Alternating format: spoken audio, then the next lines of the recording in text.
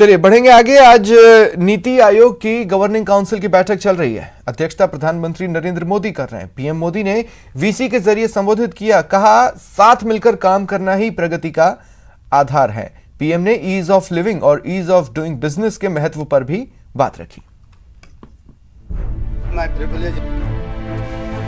नमस्कार।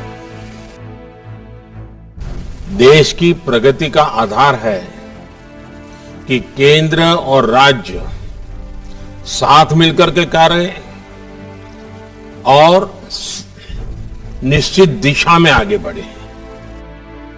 साथियों, इस वर्ष के बजट पर जिस तरह का एक पॉजिटिव रिस्पांस आया है, चारों तरफ से एक नई आशा का वातावरण पैदा हुआ है, उसने जता दिया है कि मूड ऑफ द नेशन क्या है। देश मन बना चुका है। देश तेजी से आगे बढ़ना चाहता है। देश अब समय नहीं गंवाना चाहता है और कुल मिलाकर के देश के मन को बनाने में देश का युवा मन बहुत बड़ी भूमिका अदा कर रहा है।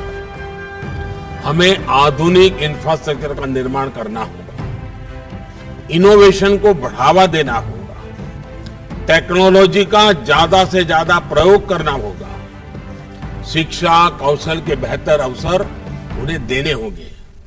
साथियों, हमें अपने बिजनेस को, एमएसएमईज को, स्टार्टअप्स को और मजबूत करने की जरूरत है।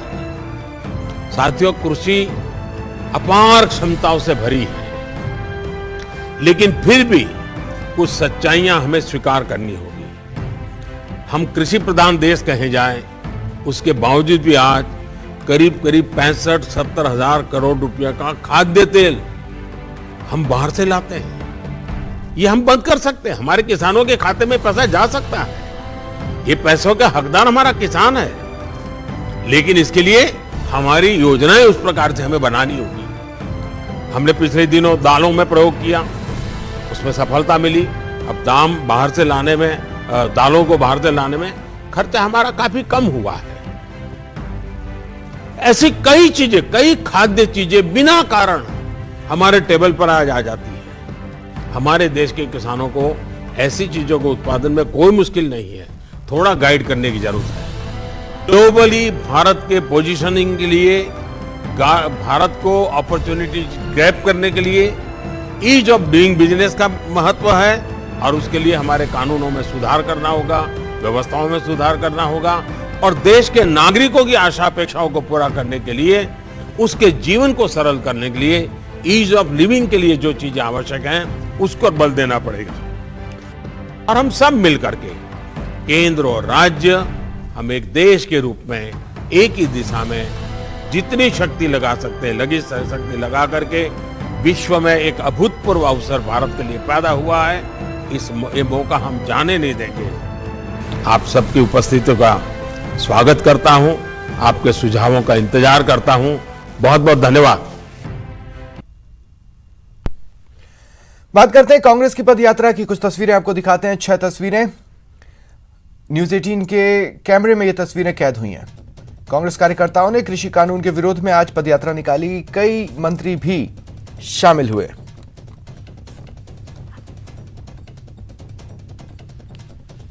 प्रदेश भर में पदयात्रा निकाली गई कांग्रेस की ओर से। सभी 33 जिलों में कृषि कानून के विरोध में यह पदयात्रा निकली।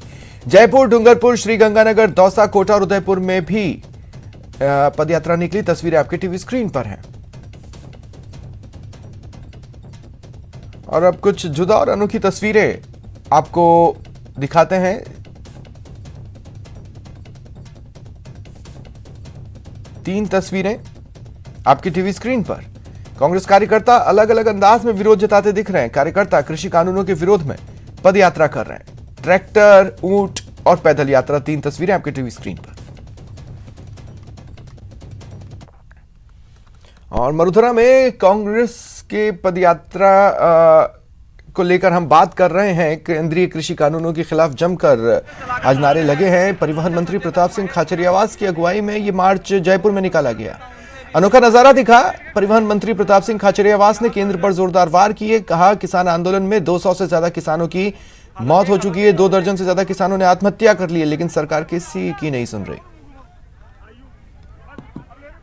किसानों के समर्थन में आज कांग्रेस ने बड़ी पदयात्रा निकाली है। पूरे प्रदेश में जगह जगह सभी जिलों में जो है वो पदयात्रा निकाली गई है। यहाँ पर जो है गलता गेट पदयात्रा पहुँच चुकी है। पीसीसी से ये पदयात्रा रवाना हुई थी। बड़ी संख्या में महिलाएं भी शामिल हुई है। तमाम जो नेता हैं कांग्रेस के वो इस पदयात्रा में शामिल हुए हैं। ट्रैक्टरों पे ऊँटों पर सवार होकर जो है वो इस पदयात्रा में पहुँचे हैं। तमाम जो पार्षद है, तमाम जो नेता हैं, चाहे पदाधिकारी हों, सभी को जो है वो निर्देश थे इस तरह की वो जो है पदयात्रा में शामिल हो। मंत्री प्रताप सिंह खाचरियावास, इसके साथ ही मुख्य सचेतक महेश जोशी जो है वो यहाँ पर शामिल हुए हैं।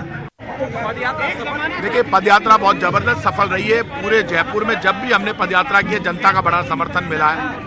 लगातार पिछले 2 वर्षों में कांग्रेस की गहलोत सरकार के सुशासन से जनता खुश है। पूरे जयपुर में 5 विधानसभा की सीटें हम जीते पिछले चुनाव में, और जयपुर रीजन में हमें बहुत बड़ी सफलता मिली। कोरोना संकट में जो काम किया सरकार ने, खुद मुख्यमंत्री मॉनिटरिंग की, उसका रिजल्ट, और जयपुर के हर सुख दुख में हम हमेशा साथ खड़े हैं। अब ये किसान का आंदोलन है, ये किसान का आंदोलन नहीं, ये हिंदुस्तान के अवाम का आंदोलन है। पेट्रोल डीजल की महंगाई और गैस सिलेंडर की महंगाई में से जनता में बहुत आक्रोश है। यही कारण है कि आज राजधानी जयपुर में इतना बड़ा समर्थन किसान मजदूर के आंदोलन को मिला है। लगातार किसानों के समर्थन में कांग्रेस खड़ी है। कितना संबल किसानों को आज इस पदयात्रा से मिलने वाला है? पूरा संबल मिलेगा। देश का हर नागरिक उसका अन्नदाता है किसान। देश का हर नागरिक, शहर का हो, कस्बे का हो, गांव का हो, नगर का हो, ढाणी का हो, मगरे का हो, हर नागरिक किसानों के साथ खड़ा है। ये सिर्फ किसान अपने लिए नहीं लड़ रहे हैं, पूरे देश के लिए लड़ रहे हैं, पूरे देश की भूख मिटाने के लिए लड़ रहे हैं। आज सीमा सुरक्षा का मुद्दा भी आपने इसके जरिए उठाया, इस रैली के जरिए। देखिए, स्थिति ये हो रही है, केंद्र सरकार बातों को छुपा रही है। हमारे देश के जाबाज सिपाही हैं, उनको सोचने को मजबूर होना पड़ रहा है कि केंद्र सरकार किस तरह की नीतियां अपना रही है। पूरा देश कांग्रेस हमारे देश के नौजवानों के, हमारे देश की सेना के पीछे भी खड़ा है, और हम किसी भी हालत में देश का नुकसान नहीं होने देंगे। कांग्रेस पार्टी एक ऐसी पार्टी है जिसने किसानों के हित की, देश के जनता के हित की बात हमेशा करी है। तो बिल्कुल तमाम जो कांग्रेसी नेता हैं, कार्यकर्ता हैं, उनका ये कहना है कि कांग्रेस हमेशा किसानों के साथ खड़ी है। और आज इस रैली के जरिए कांग्रेस ने जता दिया है कि बड़ा जो है वो समर्थन जो है किसानों के साथ में है। जिस तरह की संख्या आज इस पदयात्रा में जुटी, वो कहीं ना कहीं किसानों को बहुत बड़ा संबल देने वाली है। तो किसानों के साथ लगातार कांग्रेस खड़ी है, और आने वाले दिनों में इसी तरीके से कांग्रेस का समर्थन किसानों को मिलता रहेगा, ये यहाँ से ऐलान किया गया है। कैमरामैन बलबीर सिंह के साथ दिनेश शर्मा, न्यूज 18 जयपुर। वक्त एक ब्रेक का। ब्रेक के बाद दिखाएंगे महाजन में आतंक पर